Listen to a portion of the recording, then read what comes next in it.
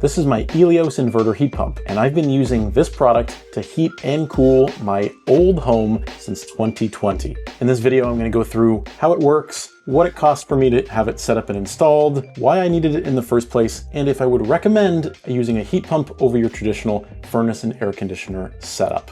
Let's jump into the details, and I'll tell you all about it. Like I said, I've had this heat pump installed at my house now since 2020.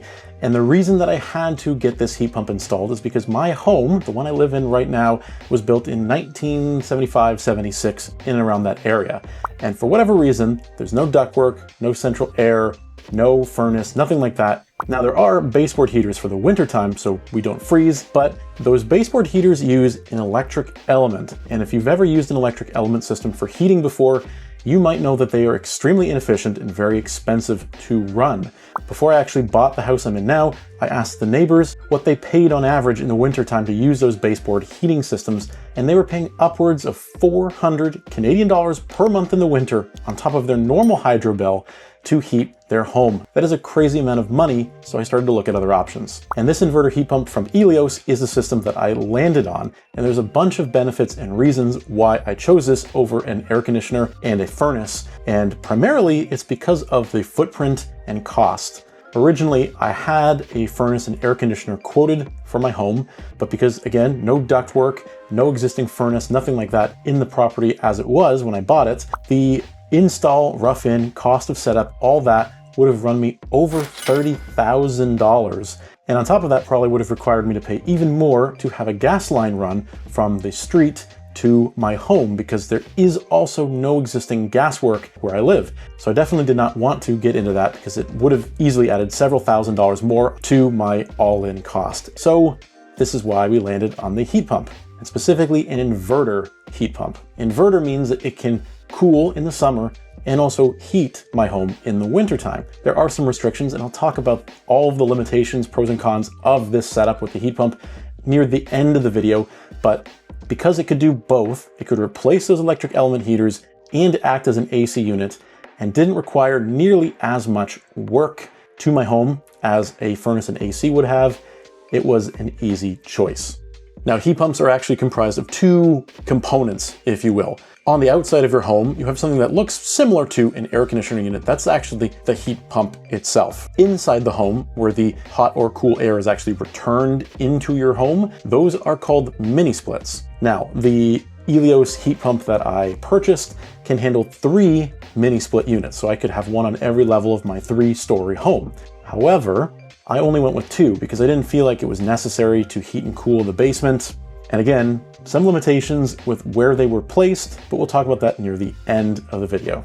Now, back in 2020, my all-in cost for the heat pump and the 2 mini split units plus installation was about 7,400 Canadian dollars. I must say that other neighbors of mine have recently been quoted far more than that in the Toronto area, upwards of $14,000, $15,000 for that same sort of setup.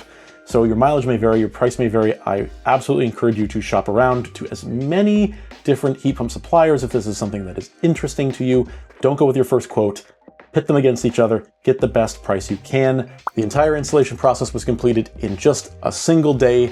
The crew that came out and set this up was absolutely phenomenal. And honestly, knock on wood, ever since having the heat pump installed, I've only had a few very minor issues. They've been pretty rock solid in terms of their performance and the reliability, all in all. So that's why I purchased the heat pump, what I paid for it. So now let's talk about how it works in relation to, say, something you're more familiar with, like a traditional AC and furnace setup. So as I already said, each of the mini split units is placed on each level of the home. Now, each mini split can actually be independently controlled. Each of them has its own remote control. We've mounted them on the walls in our master bedroom and in our living room. The remotes have been pretty reliable. There's nothing super high tech about them. They're pretty standard, on off, temperature setting, heating, cooling, fan speed, but there are some niceties on these units, such as being able to turn off the LED screen. So in the bedroom, it doesn't display the current temperature all the time. So that way at night, we aren't being blinded by the rather bright LED lights on these units. Now, you set the mini split to whatever your desired temperature and your heat or cool mode, and then it basically pumps and exchanges the heat between the inside of the house and the outside air. This is kind of how a refrigerator works. And in the wintertime, if we put it into heating mode, it reverses that process. So we're getting hot air inside and pumping out the cold air. And the reason that I say heat pumps are similar to a refrigerator in the manner that they work is because they do actually use refrigerant to facilitate the exchange of air from inside of your house to the outside. Now you might be wondering, in the wintertime, how does the refrigerant not freeze? Well, the inverter technology in this heat pump, and not all heat pumps have this, they're not all equal in terms of capability, so again, do your research, but the unit actually has a defrost function, so it will essentially heat its refrigerant up internally, combust out the steam, the gas, and then continue to operate. That prevents it from seizing, but there is a limitation still on inverter technology for heat pumps. Again, I'll talk about that in a bit. But all of that happens fully by electrical power. Heat pumps are electrically operated. There's no gas required, typically no additional setup. You just need a breaker, and then you run power to that unit on the outside of your house, and that is it. And because the mini splits sit on the walls and the pipe goes straight out and then down to the heat pump itself, there's also no need to install ductwork. The mini split is the duct for all intensive purposes. Picking a heat pump means fewer things to install, less installation cost, and a very quick, simple installation process, but they're also extremely energy efficient. So as I said at the beginning of the video, my neighbors who were paying hundreds and hundreds of dollars extra to use those Element baseboard heaters, now my hydro bills, even in the winter, have never exceeded $275, which is phenomenal, very efficient, very affordable, and that means my payback period on the heat pump versus another installation is way faster as well. And depending on where you live, there might be green energy rebates that you can apply for to bring your cost of installation down even further. But what are the drawbacks? The pros and cons of a heat pump over your traditional AC furnace combo? Well, there are a few. Some of them may or may not be deal breakers for you, but let's talk about them anyway so you can make an educated decision if you are actively looking at purchasing a heat pump for yourself. First, well, every heat pump mini split can be independently controlled. So you can have one set to 74 and the other one set to 80. They must be in the same mode. So you can't heat on one floor and cool on the other. They can only do the same function at the same time. So both units either need to be cooling or heating, or that's it. You can't always turn one off, so you can switch just the other to heat and cool back and forth. But if both are enabled, if both mini splits are turned on, they both must be operating in the same way.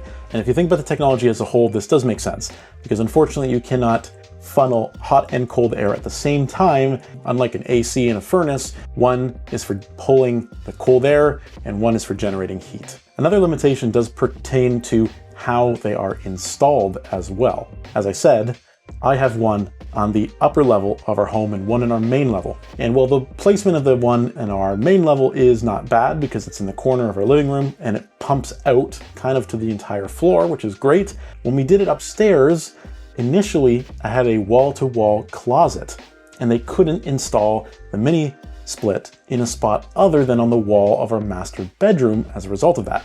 They would have had to run a pipe all the way through my closet and it would have significantly cut into my closet space. Now, I've since removed that old closet and installed an IKEA PAX wardrobe, so it's more open at the top. So I theoretically could have done that kind of mini splits installation now where they would have just run it right along the back. But unfortunately, I did one before the other. Another drawback, of course, because the piping, the tubing that runs the air for these units is happening without ductwork, well, that means that all of the tubes and the connections are all exposed outside of your home. Now, I have seen people cover this with siding or flashing. That does look quite nice when done properly, when done well.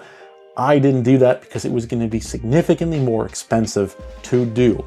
Now, this hasn't really been an issue for me, didn't really bother me, but again, if you're buying this for the long term, if this is for your forever home and you want it to look good, just be aware that without some additional cost and material, you will have a bit of an eyesore on the outside where the mini split runs to the outside heat pump unit. And in the winter, there is a limit to where the refrigerant can safely be operated, and that is minus 20 Celsius. That's not with wind chill, that's just like actual ambient air temperature of minus 20 Celsius. Below that, it will not run. You'll have to turn off the unit and wait for it to warm back up again. I'm in the Toronto area of Canada. This is not really something we deal with too frequently, But for people in, say, Alberta, Canada, the temperatures get much colder. So again, depending on your market and where you live, it may be something that determines whether or not this is right for you.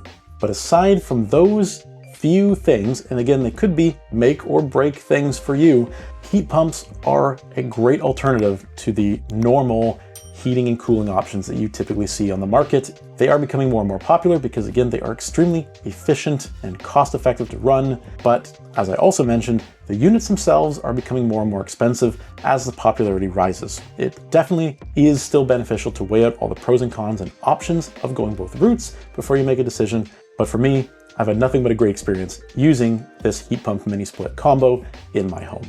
But what do you guys think about heat pumps? Do you have one, or are you looking at getting one for your home, or have you never heard of the technology at all? Let's have a conversation. Drop your questions for me if you have any about how my heat pump setup works. I would love to discuss down below with you guys. I'd appreciate if you consider liking and subscribing to the channel if you found this piece of content useful. Thanks for watching, and we'll see you again soon in the next video.